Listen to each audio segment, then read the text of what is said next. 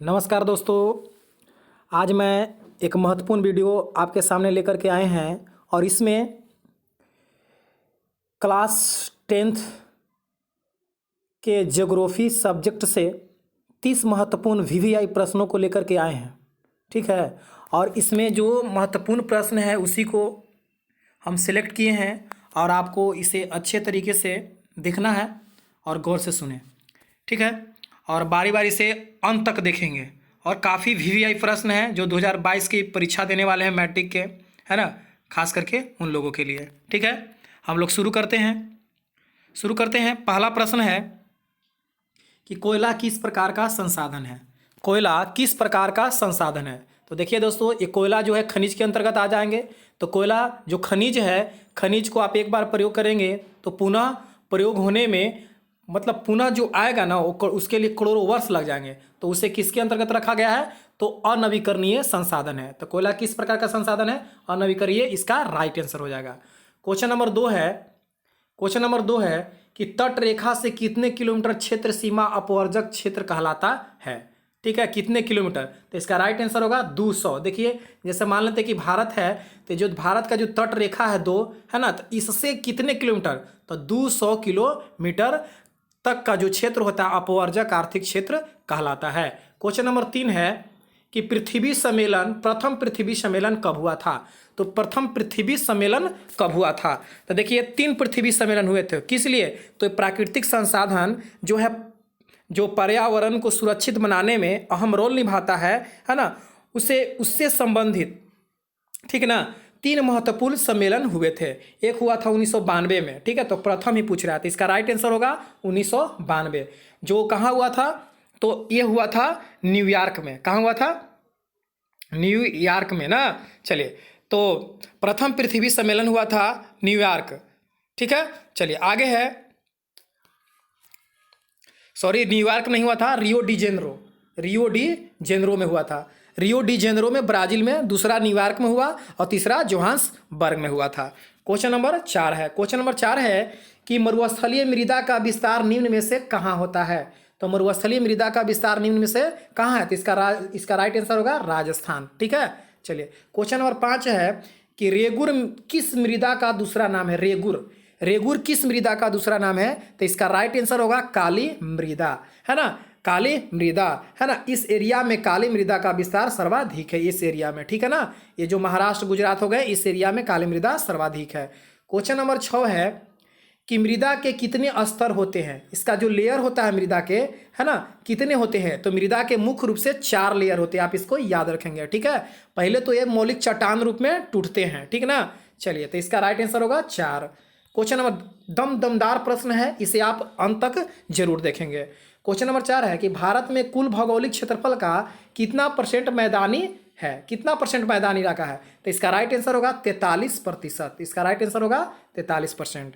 आगे है 8 है क्वेश्चन कि बिहार में अति जल दोहन से किस तत्व का संकेंद्रण बढ़ा है। तो बिहार में अति जल दोहन से किस तत्व का संकेंद्रण बढ़ा है? तो इसका राइट आंसर होगा आर्सेनिक। इसका राइट आंसर होगा आर्सेनिक। आगे है कि विश्व का सर्वाधिक पशुधन वाला देश कौन है। तो सर्वाधिक पशुधन वाला देश कौन है? इसका राइट आंसर होगा भारत। ठीक है, चलिए क्वेश्चन नंबर 10 है कि भारत के प्रथम बहुउद्देशीय परियोजना का नाम क्या है। भारत के प्रथम बहुउद्देशीय परियोजना, देखिए दोस्तों, बहुउद्देशीय परियोजना किसे कहते हैं आपको मालूम है? तो सुन लीजिए, मतलब बहुउद्देशीय परियोजना जो है नदी घाटी परियोजना उसी को बोलते हैं। इसका मुख्य उद्देश्य होता है मतलब एक साथ बहुत सारे उद्देश्यों को पूर्ति करना, जैसे जल विद्युत उत्पादन करना, सिंचाई करना, है ना, मत्स्य पालन करना। तो एक ही समय में तरह तरह की समस्याएं की, तरह तरह की आवश्यकताओं की पूर्ति होती है, इसीलिए इसे बहुउद्देशीय परियोजना भी कहा जाता है। तो भारत के प्रथम बहुउद्देशीय परियोजना का नाम क्या है? तो इसका नाम है दामोदर नदी घाटी परियोजना। इसका नाम है दामोदर नदी घाटी परियोजना।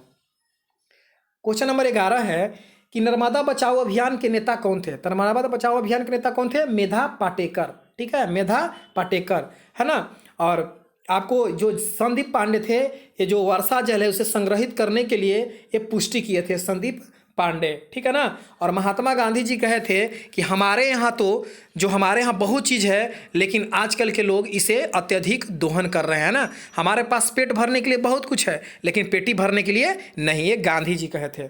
और सुंदरलाल बहुगुणा ये सुंदरलाल बहुगुणा चिपको आंदोलन के नेता थे, ठीक है ना। चलिए क्वेश्चन नंबर 12। क्वेश्चन नंबर 12 है कि विश्व में सर्वाधिक वर्षा वाला स्थान कौन है। तो विश्व में सर्वाधिक वर्षा वाला स्थान है आपका मानसिंह राम कहाँ है, तो मेघालय में, ठीक है, आपको इसे याद रखना है। क्वेश्चन नंबर 13 है। क्वेश्चन नंबर 13 है कि पवन अपर्दन वाले क्षेत्रों में कृषि की कौन सी पद्धति उपयोगी मानी जाती है। पवन अपर्दन जानते हैं, जहां मतलब पवनों से मिट्टी का कटाव होता है उसको पवन अपर्दन कहते हैं, ठीक है ना। पवनों से मिट्टी का कटाव होता है, और जहां पवनों से अपर्दन होता है वहां कौन सी खेती अपनाई गई है, पट्टिका खेती, है ना। यहाँ आधा ट लगेगा, पट्टिका खेती, आप इसे याद रखेंगे। क्वेश्चन नंबर 14 है। क्वेश्चन नंबर 14 है कि कौन सा सम्मेलन एजेंडा 21 के नाम से जाना जाता है। देखिए दोस्तों, 3 पृथ्वी सम्मेलन मैंने बताया, पहला रियो डी जेनेरो, दूसरा न्यूयॉर्क, तीसरा जोहान्सबर्ग। तो कौन सा सम्मेलन एजेंडा 21 के नाम से जाना जाता है, तो इसका राइट आंसर होगा प्रथम पृथ्वी सम्मेलन, ठीक है ना, प्रथम पृथ्वी सम्मेलन, क्योंकि इसमें 21 तरह के विषयों को सम्मिलित किया गया था। क्वेश्चन नंबर 15 है कि चाय की खेती के लिए उपयुक्त मृदा कौन सी है। चाय की खेती के लिए उपयुक्त मृदा, तो देखिए चाय जो है ना, ये झाड़ीनुमा टाइप का होता है, और यह खास करके जो पत्ता है उससे प्राप्त होता है ना। तो इसके लिए जो मिट्टी होती है यह है आपका लेटेराइट मृदा। और लेटेराइट मृदा का निर्माण कैसे हुआ, तीव्र निक्षालन प्रक्रिया से, ठीक है। चलिए क्वेश्चन नंबर 16। क्वेश्चन नंबर 16 है बाबू कि विश्व पर्यावरण दिवस कब मनाया जाता है। विश्व पर्यावरण दिवस कब मनाता है, तो इसका राइट आंसर होगा 5 जून। 5 जून को विश्व पर्यावरण दिवस मनाया जाता है। क्वेश्चन नंबर 16 है कि देश के बांधों को किसने भारत का मंदिर कहा था। तो देश के बांधों को किसने भारत का मंदिर कहा था, तो पंडित जवाहरलाल नेहरू। चलिए आगे है क्वेश्चन कि प्राणियों के शरीर में, क्वेश्चन नंबर 17 है कि प्राणियों के शरीर में कितना प्रतिशत जल की मात्रा होती है। मतलब कि प्राणी है उसके शरीर में कितने % जल की मात्रा होती है, तो इसका राइट आंसर होगा 65%, ठीक है, 65%। क्वेश्चन नंबर 18 है।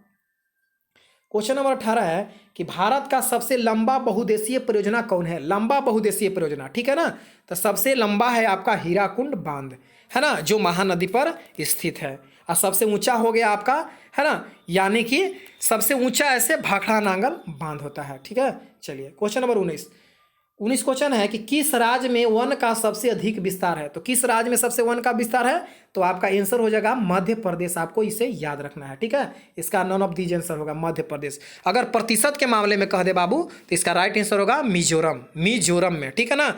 और बिहार में सबसे ज़्यादा वन कहाँ है, तो कैमूर जिला में, आप इसे याद रखेंगे, कैमूर जिला में। 20 क्वेश्चन है कि प्राकृतिक संसाधनों के संरक्षण हेतु 1971 में कौन सा कन्वेंशन हुआ था। मतलब कौन सा सम्मेलन हुआ था 1971 में, तो इसका राइट आंसर होगा वेटलैंड्स कन्वेंशन। चलिए क्वेश्चन नंबर 21 है कि भारत में 2021 में कितने % भौगोलिक क्षेत्र में वन का विस्तार है। मतलब वर्तमान के बारे में बोल रहा है, तो वर्तमान में कितना है, वर्तमान में है आपका 21.67%, इसका राइट आंसर होगा। आगे है क्वेश्चन कि मेढक के प्रजनन को नष्ट करने वाला रसायन का नाम क्या है, तो इसका राइट आंसर होगा एंड्रीन, इसका राइट है आंसर एंड्रीन।